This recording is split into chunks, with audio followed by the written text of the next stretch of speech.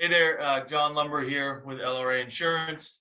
Um, Glad you guys are tuning in. I'm fortunate, happy, lucky that I'm getting the opportunity today to introduce a whole bunch of really awesome professionals in our group here. This is the core networking group. We meet on a weekly basis to collaborate with one another on various different business topics. So we thought we would do a little recording and share some of these topics with you. So I'm going to go around. I'll be kind of the interviewer, and I'll go around and ask everybody a number of questions. We're going to do our best to be as brief as possible, but hopefully you find this insightful. So that being said, this kind of stemmed. We were all getting a whole bunch of questions. We're all in different industries, so we were getting a whole bunch of different questions pertaining to our specific industries.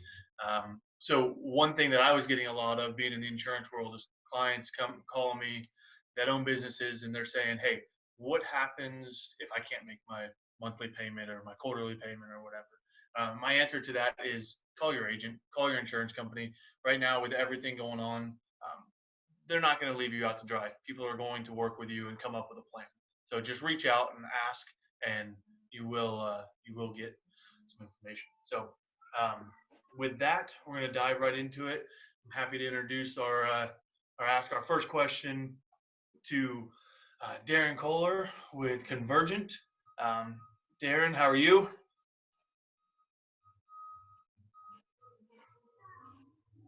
Darren? Audio check. Yes, sir. I'm doing well. Thanks for asking. Good. Hey, so one of the things that we're obviously with social distancing world that we're in, I wanted to ask you, how do you overcome or how do you intend on overcoming with people kind of hesitating to allow you to come into their office for an installation or something like that? Yeah, that's a really great question. I'm glad you asked that one, actually. A lot of people don't realize it's not very frequently that a company has their cabling redone or major cabling projects on their facilities. And one thing that people don't realize is we actually usually come in after hours anyway. You don't want us in there doing our work while your employees are in there working.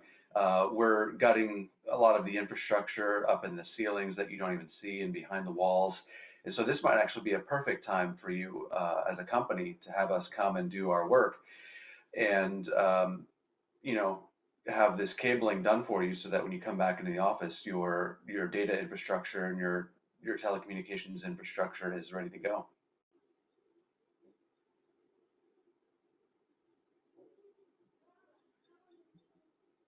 Mute myself. Thanks, Darren. That's good info.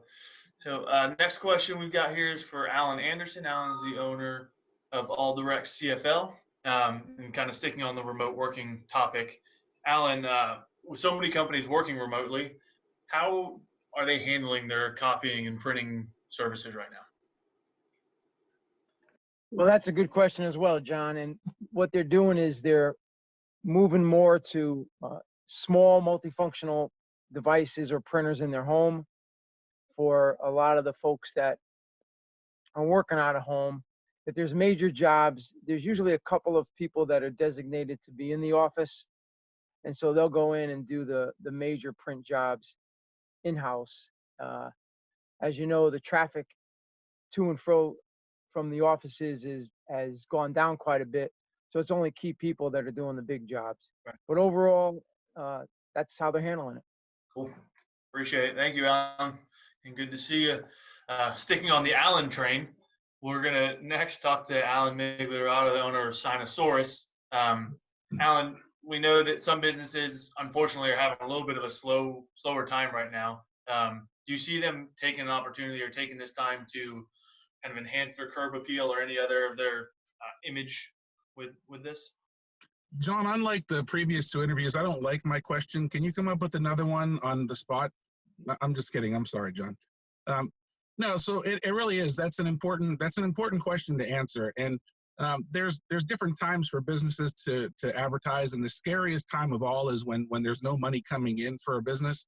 But I think it's the most important time to have a little faith in the, in what you've done in the past and know that it's going to repeat in the future. When times are slow, you always get better rates on advertising. And so there's a great time to take advantage of these specials. I know we're running a bunch of specials at Sinusaurus for customers who are having a tough time right now, but advertising when it's slow puts your name out there for people to notice and to say, okay, well, you know, they're doing what they can to help stimulate the economy. I'm going to help that business grow as well. So this is a great time to advertise. Yeah, awesome. Well said. Appreciate that, Alan. All right, so next, Pete Webb. Mr. Pete Webb is with Commercial Works. And Pete, I know that you work a lot in the school systems and in the hospitality world. And just curious, both of those obviously have had an impact with what's going on. So are those companies still looking to make improvements or, you know, on their furniture or any moving types? Absolutely. If you think of the hospitality that we provide installation services for, warehousing and things like that, obviously now's the time. There's less guests in these hotel rooms. Yeah. So it's a perfect time to complete any renovations, do anything, you know, repairs and things of that nature that they would normally, that they'd like to do, but they can't do because guests are in the room. So it's a perfect time for the hospitality world. We also have provided several of our customers with lists of services that we can provide for them. And such as, you know, they've got staff that are on furlough or, you know, staff that might be remote and they don't have them on site. So we're providing additional services for them and even sent them a list of services so that they would know what else we could help with. We always tell our customers if they are not sure, please call and ask us. We'll be glad to, you know, try to provide a service for them to help them out. On the schools, with schools being out for the year, the construction that they normally do during the summer, where it's a very time crunch, we're usually taking stuff in the last day before teachers get there. They're taking advantage of that as well. And they're moving those schedules up. So we've been allowed to move up the schedule so that it's not as intense as it normally is, and it's helping them out. We're providing boxes for teachers to take stuff home, things of that nature. So we're also providing storage for contents and things that need to come off site and helping them any way that we can. Awesome. Good stuff. Thank you, Pete. All right. Next, we are going to speak with Jacob Romig. Jacob is with Enterprise Fleet Management. And Jacob, the question we have for you is, fleet management is a pretty significant expense, or can be for some businesses, depending on the size of their fleet. Are you still seeing businesses willing to invest in something as important as what you guys do? Yeah, absolutely.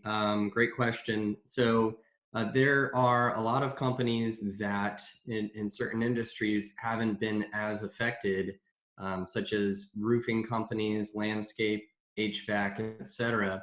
And for them, much like, you know, individually, for those that are able to invest in the stock market, now is a really good time for them to invest in their fleet because the cost of vehicles are low. We're in a low interest rate environment, and that allows them to replace some of the vehicles or add vehicles for growth at a much lower cost relative to what it would have been just a few months ago. For any company looking to save money, it's also an opportunity for us to dig into their operating expenses, such as their maintenance, to find savings. So regardless of their position, if you're in a good position or if they're in a tough position right now, it's a good time for somebody to provide a second set of eyes to help them reduce their expenses. Yeah, for sure. Cool. Thank you, Jacob. All right, next we've got Tom Nestor. Tom Nestor is with eXp Realty. And unlike the last crisis we went through, this one isn't necessarily a housing market issue, which is a good thing for Tom being in the real estate world, but still obviously has some effects on him. So Tom, how long do you think it'll be until you're doing a traditional, hey, let's hook up on a Saturday and go look at a bunch of houses?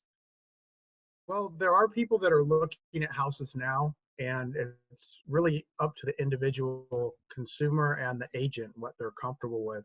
Some people are more comfortable going to see houses, and some people are not as comfortable. So things are different, though. There's, you know, not multiple people in a house, and if the house is occupied, it's generally getting less traffic. So houses that are vacant, people feel more comfortable going into to see. And so really it's up to the individual consumer.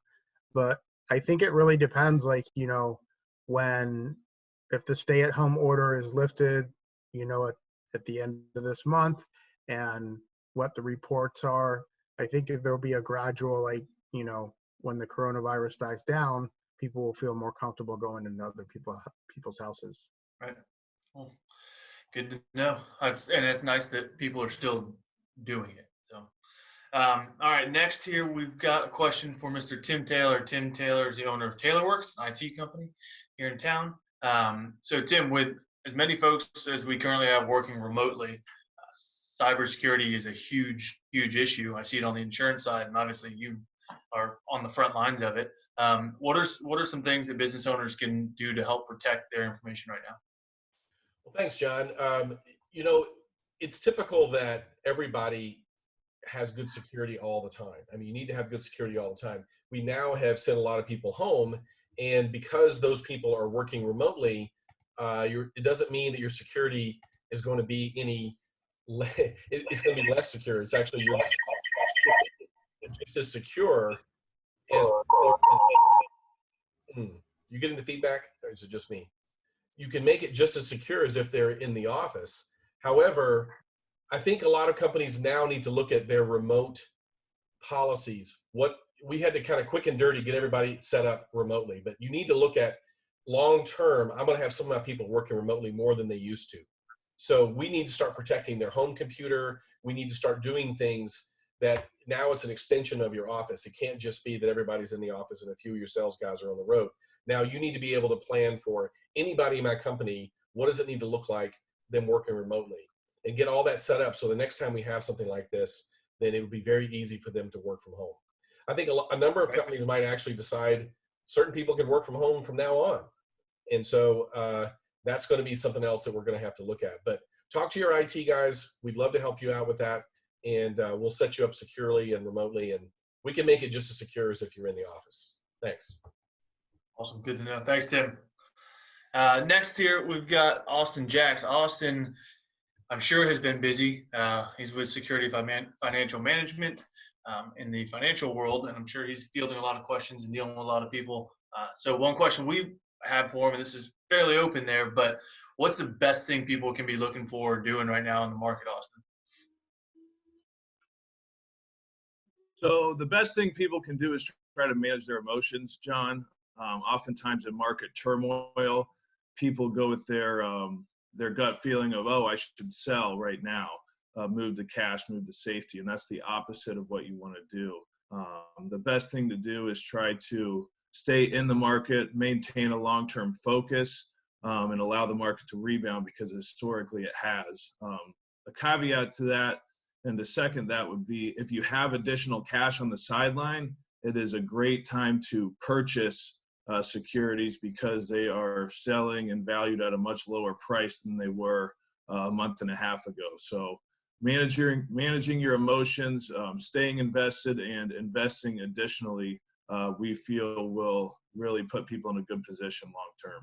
Yeah, that's well said there, Austin. That's something that probably, managing your emotions, that can probably go into a bunch of different aspects of everybody's lives right now, because I know things are a little crazy, not just in that world, but home life and everything else. So it's probably a good thing to think about in general. But appreciate it.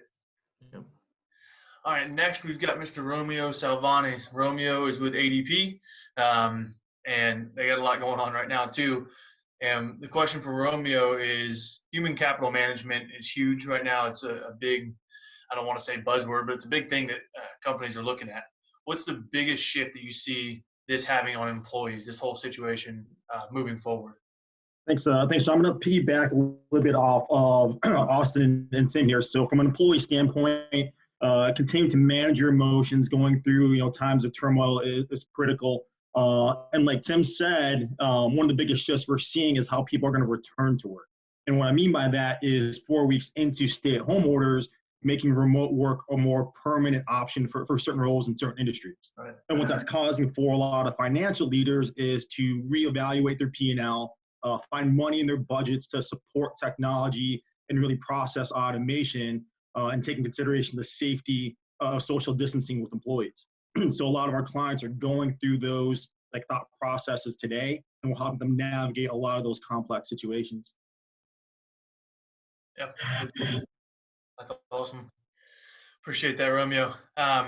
So a couple more folks here we're going to hear from next. I'm happy to introduce Kimberly Haas. Kimberly is with Baxter Restoration here in Orlando.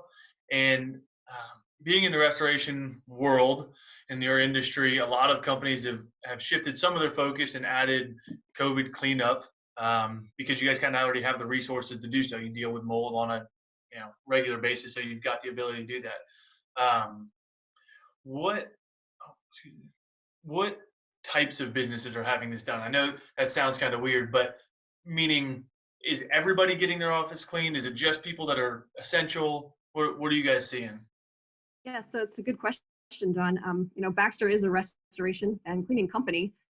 We typically don't do just cleaning. This is a standalone service, but based on what the customers are asking us to do, we are able to go out and just clean buildings for prevention or for a confirmed case. But we've done a lot of variety of different businesses. So from anything from a warehouse to a church to a lot of commercial office complexes are, while their employees are working remote, they're having us come in and, get it clean for the day everybody goes back. But, we're seeing it all over the place. And we're just really happy that we're, a company that can kind of help, keep everybody safe and, have that day when everybody goes back to work and have peace of mind.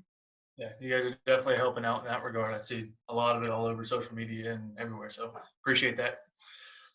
All right, so next we've got Carlos Keeling. Carlos is the owner of Verona, which is a digital marketing, web design firm. And what we're going to ask Carlos is, what is the best thing you can encourage businesses to do right now from a branding perspective? Well, from a branding perspective, just as Alan mentioned earlier, this is a time where you don't want to hold back on advertising or representing your company. So the best recommendation right now is to take advantage of putting yourself in the shoes of everyone else and trying to find different ways to be available to them. Meaning, giving you an example, like Tesla, they pivoted. Them as, building cars and solar roofs and et cetera. But now they, when this event happened, decided to start creating building out ventilators. You got insurance companies turning to recognize that people aren't on the roads anymore and they got all this excess cash. Let's give it back to the people. Right. Finding different ways to just come out and do things for people is what's going to help out right today for your branding for the future, because right now people are going through so many different emotions and managing those and how they're going to get their companies running. What people are going to remember are those who are doing things today to try to help move us forward. And when the time does come, it's going to impact them and their business so much better, because they're going to say, you know what, when times were rough, this is what they were doing. They were finding different ways to help. And so absolutely, I'm going to at least give them my ear and see if I can, do business with them in the future. Yeah, that's well said. Appreciate that. All right, our last question for today is for Garen Sprov. Garen is the owner of Clean Slate Janitorial. And Garen, we've got kind of a general question for you, and we've got a whole bunch of business owners that we've talked to today, but what I wanted to ask you was, what advice would you give another small business owner right now? Oh my God. In a time like this, I want everyone to know you're normal. You're okay. Life is about a whole host of different experiences. We have tests and we have pre-tests. For those who've been down this road before, this is your test. Remember the things that you've prepared for, the things that you've planned for. And for those, if this is your first time going through something like this, look at this as your pre-test for something greater down the road. Every one of us knew once we got into business that it was going to be difficult. So this is the norm. You're okay. And that's the main thing that I would like to share with people. That's awesome, Garen. We appreciate that. So thank you. That's all the questions we have for today. Appreciate everybody that tuned in and watched this. If you've got any questions or want to talk to any of us about anything that we do or just in general, reach out. Any one of us has the contact info for everyone. So appreciate it, and we'll see you guys soon.